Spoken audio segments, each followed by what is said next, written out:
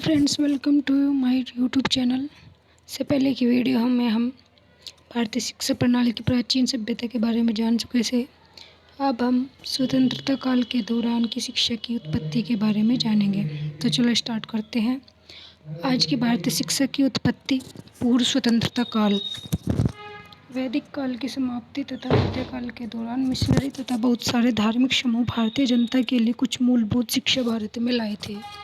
इनमें गिरजाघर में अंग्रेजी के माध्यम से देशीय, मंदिरों में संस्कृत के माध्यम से तथा मदरसों में फारसी तथा अरबी के माध्यम या शिक्षा दी जाने लगी, जिससे कुछ बच्चों की शैक्षिक आवश्यकताओं की पूर्ति समकालीन राजाओं और धनाढ्य व्यक्तियों के दान से पूरी होने लगी, जब तक कि ईस्ट इंडिया कंपनी की स्थापना नहीं हुई और ब्रिटिश संसद सम्मिलित नहीं हुई। तथापि भारत में वर्तमान शिक्षा प्रणाली का आरंभ 19वीं शताब्दी में हुआ। भारतीय इतिहास में शिक्षा की राज्य प्रणाली की स्थापना एक चार्टर अधिनियम के द्वारा औपचारिक रूप से हुई। ईस्ट इंडिया कंपनी के चार्टर घोषणा पत्र का नवीनीकरण ब्रिटिश संसद के द्वारा प्रत्येक 20 वर्ष के पश्चात होता था। जब सन 1813 में नवीनीकरण के लिए चार्टर लाया गया, ब्रिटिश संसद ने ईस्ट कंपनी को यह आदेश दिया कि वह प्रत्येक वर्ष साहित्य के पुनर्जीवन, भारत के देशी के प्रोत्साहन तथा ब्रिटिश क्षेत्रों के वासियों में विज्ञान के ज्ञान के संस्थापन तथा उन्नयन के लिए अलग से 1 लाख रुपए की धनराशि का प्रावधान करे या निर्धारित करे। इस प्रकार यह प्रथम बार हुआ कि महारानी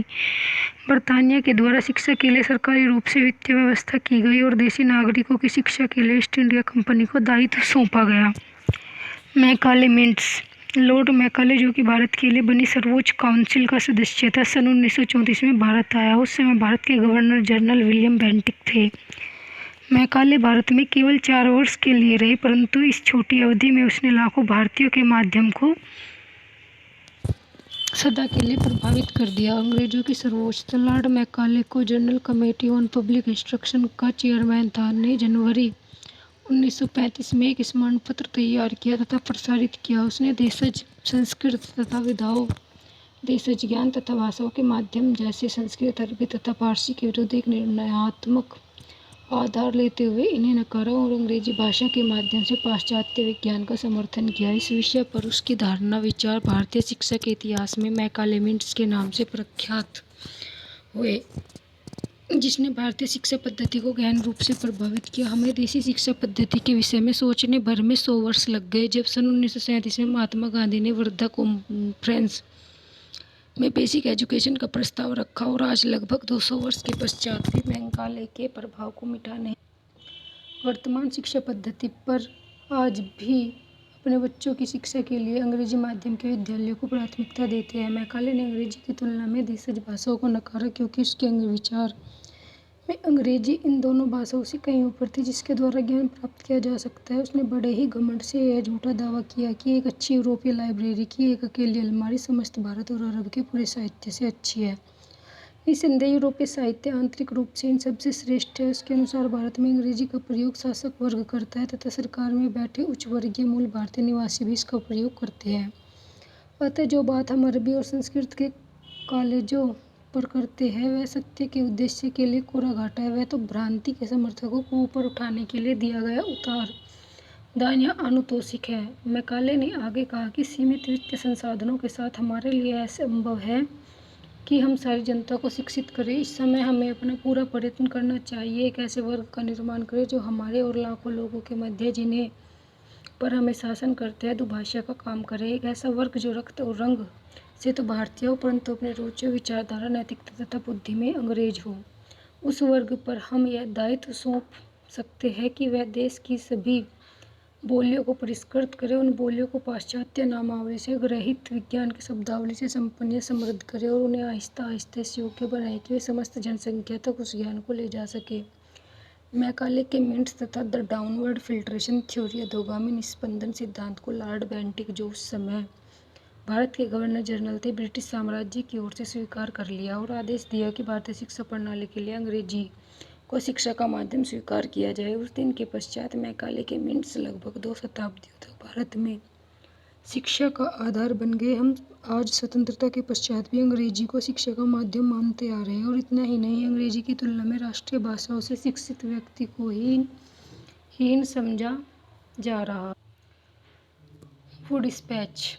व्यापक शिक्षा प्रणाली और संगठनात्मक संरचना। उपयुक्त अनुच्छेदों में आपने देखा कि किस प्रकार लॉर्ड मैकाले केमिन्स ने बेंटिक सरकार की शिक्षा नीति को प्रभावित किया, जो अगले 40 वर्ष तक लागू रही। सन 1853 में जब कंपनी चार्टर को नवीनीकरण विचार के लिए ब्रिटिश संसद के सम्मुख आया, तो संसद ने भारत में शिक्षा की प्रगति की जांच की। इस जांच के आधार पर की गई टिप्पणियां तथा प्रस्तावित सुधारों के रूप में शिक्षा का चार्टर, जिसे सन 1854 का वुड डिस्पैच कहा जाता है, जारी किया गया। भारत में वुड डिस्पैच को शिक्षा का मैग्ना कार्टा समझा जाता है।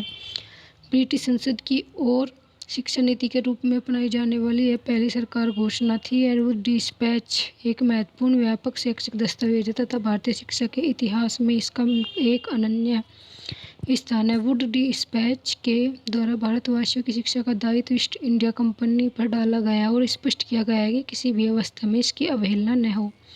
इस प्रेषण ने भारत में शिक्षा को एक नई शिक्षा दी है, जिसका आज की भारत शिक्षा पर प्रभाव देखा जा सकता है। शिक्षा का उद्देश्य यूरोपीय कला, विज्ञान, दर्शन तथा साहित्य अंग्रेजी के माध्यम से प्रसारण था। भारतीय भाषाओं के उन्नयन को प्रोत्साहित करना भी इस उद्देश्य में सम्मिलित था। लोक नौकरशाही की उत्पत्ति शिक्षा का एक महत्वपूर्ण उद्देश्य था। इस प्रयोजन के लिए जन शिक्षा के प्रसार को प्राथमिकता दी गई।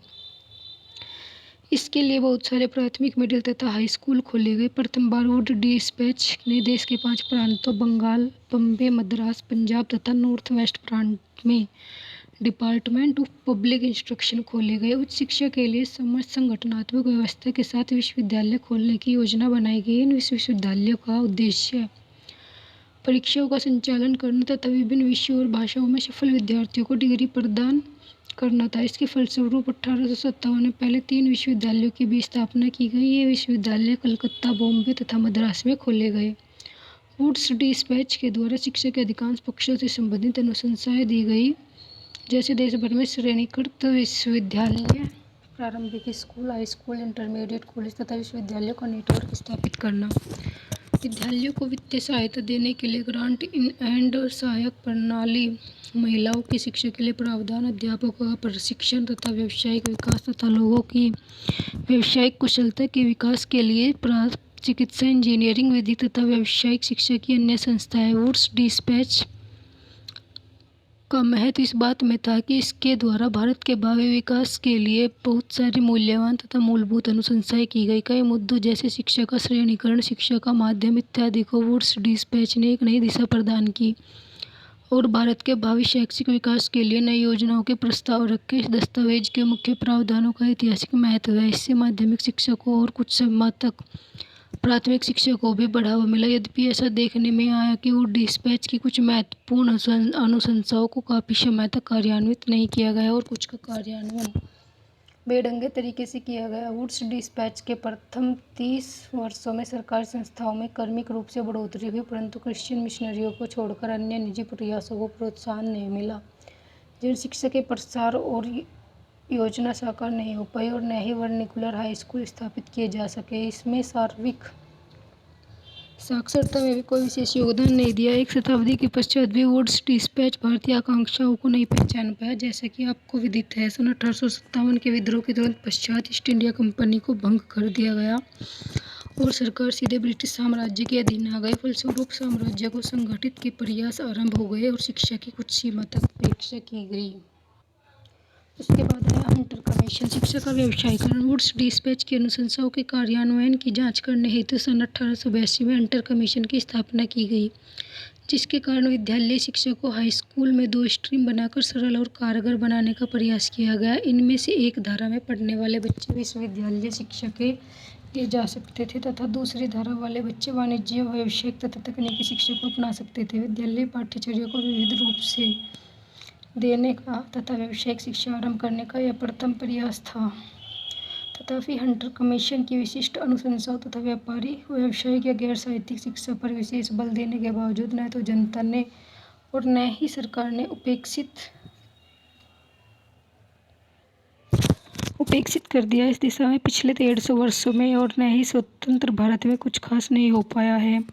विश्वविद्यालय संबंधित आयोग, विश्वविद्यालय नियंत्रण के अधीन विद्यालय शिक्षा ब्रिटिश शासन में स्थापित विश्वविद्यालयों की अवस्था तथा भविष्य की जांच करने के उद्देश्य से सन 1902 में एक नए आयोग की स्थापना इस आयोग ने विश्वविद्यालय प्रशासन के पुनर्गठन की अनुशंसा की। विश्वविद्यालय द्वारा संबद्ध कॉलेजों का कठोर पर्यवेक्षण तथा संबद्धता के लिए कठोर शर्तें एवं पाठ्यचर्या तथा परीक्षा प्रणाली में मुख्य परिवर्तन। आयोग की अनुशंसाओं के फलस्वरूप विद्यालय शिक्षा के लिए महत्वपूर्ण बात थी कि माध्यमिक विद्यालयों को विश्वविद्यालय नियंत्रण में ला दिया गया। सन 1904 में पारित विश्वविद्यालय अधिनियम के अंतर्गत विद्यालयों को मान्यता विश्वविद्यालय द्वारा प्राप्त की गई और इस उद्देश्य की पूर्ति के लिए आवश्यक नियम तथा अधिगम निर्धारित किए गए। सैडलर आयोग, इंटरमीडिएट कॉलेज। अगला महत्वपूर्ण विकास, जैसे कि सैडलर आयोग सन 1917 में उन्हें महसूस किया विश्वविद्यालय सुधार की दृष्टि से माध्यमिक शिक्षा में सुधार लाने की आवश्यकता की पूर्ति थी। यह मामला कॉलेज शिक्षा के द्विशाखन के कारण भी उत्पन्न हुआ। सैडलर आयोग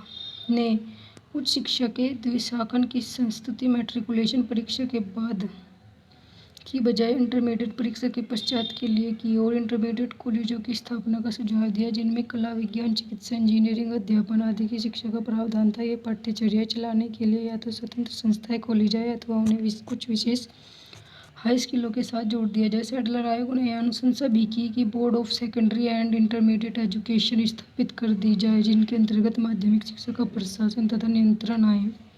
संभवतः इस प्रकार सैडलर आयोग ने आज की +2 अवस्था या जूनियर कॉलेज की अवधारणा का बीज बोया। सैडलर आयोग की रिपोर्ट काफी व्यापक थी और भारत के विभिन्न विश्वविद्यालयों ने इस आयोग के सुझावों को स्वीकार कर लिया। यह पहली बार हुआ कि किसी आयोग ने इंटरमीडिएट कक्षाओं को हाई स्कूलों के साथ जोड़ा और हाई स्कूल तथा इंटरमीडिएट शिक्षा के नियंत्रण हेतु बोर्ड ऑफ एजुकेशन बनाया। हार्टग समिति, देश में शिक्षा की स्थिति की जांच करने के उद्देश्य से सन 1929 में हार्टग समिति की स्थापना की गई। इस समिति ने दावा किया कि विश्वविद्यालय की मैट्रिकुलेशन परीक्षा अब भी समस्त माध्यमिक पाठ्यचर्या सबसे प्रमुख या प्रबल है। इस त्रुटि को दूर करने के लिए समिति ने अनुशंसा की कि वह बहुत बड़ी संख्या में विद्यार्थी जो किसी व्यवसाय में लगना चाहते हैं उनके लिए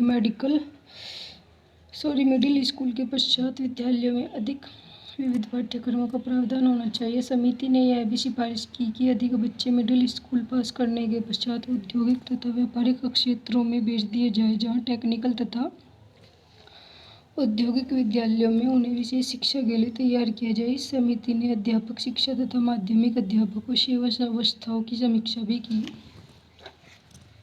सप्रू समिति, विविध व्यावसायिक पाठ्यक्रम। सप्रू समिति की नियुक्ति सन 1934 में उत्तर प्रदेश, उस समय पर प्रोविंस सरकार ने उत्तर प्रदेश में बेरोजगारी के कारणों की जांच करने हेतु की। समिति का यह निष्कर्ष था कि हमारी शिक्षा प्रणाली विद्यार्थियों को मात्र परीक्षा और डिग्रियों के लिए तैयार करती है, जीवन में किसी व्यवसाय के लिए नहीं। समिति ने माध्यमिक स्तर विविध पाठ्यक्रमों की आवश्यकता को महसूस किया। इस समिति ने निम्नलिखित सुझाव दिए। माध्यमिक स्तर पर विविध पाठ्यक्रम लागू किए जाए जिनमें से एक विश्वविद्यालय डिग्री की ओर ले जाता है। इंटरमीडिएट स्टेज को समाप्त कर दिया जाए और माध्यमिक शिक्षा की अवधि 1 वर्ष और बढ़ा दी जाए और माध्यमिक स्तर से व्यावसायिक शिक्षा प्रशिक्षण आरंभ कर दिया जाए। विश्वविद्यालय के डिग्री स्तर के पाठ्यक्रमों को 3 वर्ष का कर दिया जाए। अबार्ट वुड प्रतिवेदन report, polytechnic central advisory board of education के सन 1935 के प्रस्ताव का पालन करते हुए सन 1936 में 2 विशेषज्ञ सलाहकारों श्री अबार्ट तथा वुड को सरकार द्वारा आमंत्रित किया गया ताकि वे सरकार को व्यावसायिक शिक्षा की समस्याओं पर सलाह दे सके। अबार्ट तथा वुड की इस विशेषज्ञ समिति ने अपनी रिपोर्ट सन 1937 में प्रस्तुत की। इस रिपोर्ट में व्यावसायिक संस्थाओं का एक पूर्ण व्यतिक्रम सुझाया गया जो उन संस्थाओं के समानांतर था जो सामान्य शिक्षा प्रदान करते हैं। इन संस्तुतियों के परिणाम स्वरूप एक नए प्रकार की तकनीकी शिक्षा संस्था का उदय हुआ जिसे पॉलिटेक्निक का नाम दिया गया। कई राज्यों में पॉलिटेक्निक में तकनीकी, व्यापारिक या कृषि हाई स्कूल आरंभ किए जो गैर साहित्यिक शिक्षा प्रदान करने लगे। जाकिर हुसैन समिति प्रतिवेदन, वर्धा स्कीम 1937, बेसिक शिक्षा। सन 1937 में जब 7 प्रांतों में देशी मूल भारतीय निवासियों के प्रतिनिधियों के साथ प्रांतीय सरकारें बनाए गए तो उन्होंने अपना ध्यान शैक्षिक सुधारों पर दिया। अक्टूबर 1937 में वर्धन में एक अखिल भारतीय राष्ट्रीय शैक्षिक सम्मेलन आयोजित किया गया। इस सम्मेलन में महात्मा गांधी द्वारा सुझाया गया यह प्रस्ताव पारित किया गया कि राष्ट्रीय स्तर पर सभी बच्चों को 7 वर्ष तक निःशुल्क तथा अनिवार्य शिक्षा मातृभाषा के माध्यम से दी जाए जिसमें शैक्षिक प्रक्रिया इस समस्त अवधि में हाथ से किए जाने वाले उत्पादक कार्य के गिर्द केंद्रित और विकसित की जाने वाली सभी योग्यता या प्रशिक्षण जहाँ तक संभव हो बच्चे के परिवेश से चुने गए किसी केंद्रीय हस्तशिल्प के साथ समग्र रूप से संबंधित की जाए। सम्मेलन की यह अपेक्षा थी कि यह प्रणाली आत्मनिर्भर होगी और अंततोगत्वा अध्यापकों के वेतन की पूर्ति भी कर देगी। तदनुसार डॉक्टर जाकिर हुसैन की अध्यक्षता में एक समिति का गठन किया गया। इस समिति ने अपनी प्रथम व्यापक राष्ट्रीय शिक्षा स्कीम तैयार कर इसकी रिपोर्ट 2 दिसंबर 1937 को प्रस्तुत की। स्कीम को वर्धा स्कीम या बेसिक शिक्षा के नाम से जाना गया। इस स्कीम के मुख्य लक्ष्य निम्नलिखित है। संपूर्ण शिक्षा किसी बेसिक क्राफ्ट के साथ किसी उद्योग अथवा व्यवसाय को शिक्षा का केंद्र मानते हुए दी जाए। इसका आशय सामान्य शिक्षा के साथ किसी शिल्प कला का अध्यापन नहीं है, अपितु शिक्षा को किसी बेसिक शिल्प कला से समेकित करते हुए समवाय विधि द्वारा पढ़ना से कार्य आधारित शिक्षा कहते हैं। शिक्षा इस सीमा तक आत्मनिर्भर या स्वावलंबी होनी चाहिए जिससे अध्यापकों का वेतन भी दिया जा सके। इसका उद्देश्य विद्यार्थियों अपनी शिक्षा पूर्ण करने पश्चात स्वावलंबी बनाना था। प्रत्येक विद्यार्थी को जीवन में हाथ द्वारा किए गए कार्य से कमाना सीखना चाहिए। यही कारण है कि शारीरिक कार्य पर बल दिया गया है। यह शिक्षा हिंसात्मक भी होगी क्योंकि इसमें कोई व्यक्ति किसी दूसरे की जीविका को नहीं छीनता है। अधिगम का संबंध गहन रूप से घर, समुदाय तथा बच्चे के जीवन आधारित क्रियाकलाप से किया गया है। इसके अतिरिक्त कुटीर उद्योगों तथा व्यवसायों भी इस दर्शन का शैक्षिक नीति और विशेष प्रारंभिक शिक्षा तथा व्यवसायों शिक्षा तथा निःशुल्क अनिवार्य शिक्षा पर इतना गहरा प्रभाव पड़ा है कि इसे भारत के संविधान में भी स्थान मिल गया है। उपयुक्त प्रशिक्षण के लिए पूर्ण प्रावधान करना, इसमें शारीरिक तथा मानसिक रूप से विकलांग बच्चों की शिक्षा का प्रबंध करना, अनिवार्य शिक्षा की व्यवस्था करना, सामाजिक तथा मनोरंजन संबंधी क्रियाकलाप का प्रावधान तथा केंद्र और प्रांतों में शिक्षा विभाग का गठन सम्मिलित है। सार्जेंट रिपोर्ट पहली ऐसी व्यापक स्कीम थी जिसमें शिक्षा के सभी स्तर तथा पक्ष पूर्व प्राथमिक हाई स्कूल तथा विश्वविद्यालय शिक्षा तथा साथ साथ तकनीकी व्यवसाय शिक्षा सम्मिलित थी। अध्यापन समवृत्ति को यथेष्ट महत्व दिया गया। अध्यापकों के वेतन तथा सेवा शर्तों में सुधार भी सुझाया। रिपोर्ट में उत्पाद शिक्षा पर बल दिया गया। देश की बेरोजगारी समस्या पर गहन विचार किया गया और माना गया कि शिक्षा में ही इसका समाधान निहित है। इन संस्थितियों ने स्वतंत्र भारत की शिक्षा के लिए एक ठोस आधार प्रस्तुत किया। सारांश यह है। सारांश इस इकाई में जिसका शीर्षक है भारत में प्रारंभिक शिक्षा एक सामाजिक सांस्कृतिक परिप्रेक्ष्य प्रथम इकाई है। इस इकाई में प्राचीन भारतीय शिक्षा प्रणाली से लेकर स्वतंत्रता पूर्व तक की भारतीय शिक्षा के विकास का चित्रण करने का प्रयास किया गया है। इस इकाई में वैदिक काल में प्रचलित शैक्षिक प्रविधियों का संक्षिप्त वर्णन दिया गया है। उस समय शिक्षा में बहुत महत्व दिया जाता था और ज्ञान को व्यक्ति का तीसरा नेत्र समझा जाता था। शिक्षा का अंतिम लक्ष्य निसंदेह वासनाओं तथा तृष्णाओं से मुक्ति पाना था। सांसारिक कामनाओं के संपादन में व्यक्ति की कुशलता को बढ़ाने के अतिरिक्त ज्ञान का उद्देश्य पांडित्य प्राप्त करना, स्वयं तथा ब्रह्मा विश्व की समझना था।